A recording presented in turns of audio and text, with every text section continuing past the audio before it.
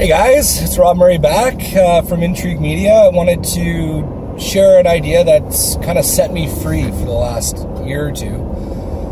And I know I don't want to say exactly what the topic is because I feel like if I say it right away, you might just tune out because it's like, oh, it's not for me. Because I used to feel the same way. I was at a conference 3 years ago in Orlando, and it was amazing. There was a speaker after speaker of just like world-class content.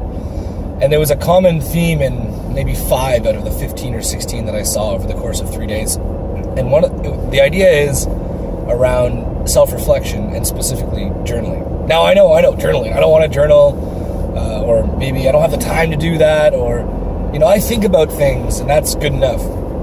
And that all might be true. And I don't want to take that away from anybody. But I wanted to share a little story with you guys just to kind of give you an insight in terms of like how journaling can work and like what it can actually do.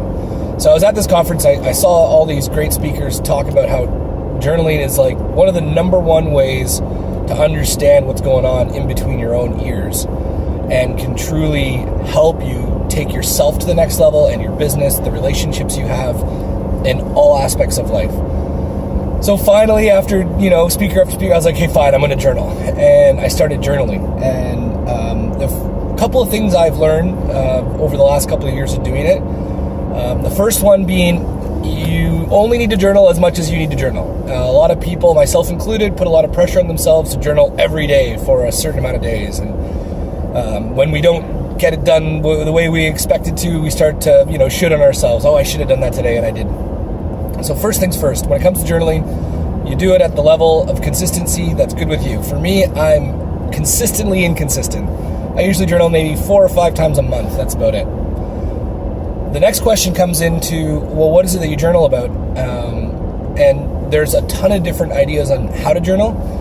But one of the things for me is around emotional triggers. I found it really valuable. So sometimes I get frustrated or maybe upset, or something just happens where I get emotionally triggered and maybe I don't respond or show up the way I wanted to. And then usually I'll go in a day later and journal about it and try to understand, okay, well, what happened that got me emotionally triggered? What emotion did I feel? Why did I feel it that way?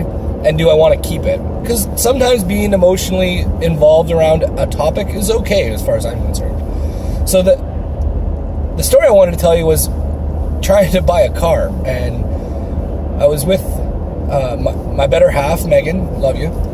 And we were looking for a family-size SUV as we had just had our firstborn, Hunter.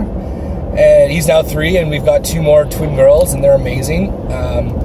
And so we're going into dealership after dealership, and I would almost blow up at every single dealership because the people that were servicing us or trying to help us were just doing a really bad job. When it comes to salesmanship, I take a lot of pride in professional salesmanship, and it was just so bad. It was like the stereotypical car dealer. What do I have to do to get you in the car today? Let me go see if I can talk to my manager to get this price down.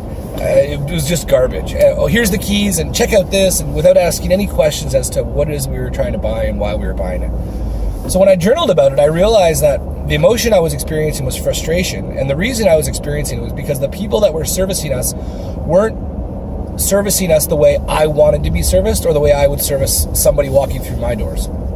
And then I realized, which is a total side note in terms of another video, but the origin of my stressor was that I had standards that I was placing on another person as an expectation without even letting them know. And it turns out that's actually the source of like the majority of stressful situations.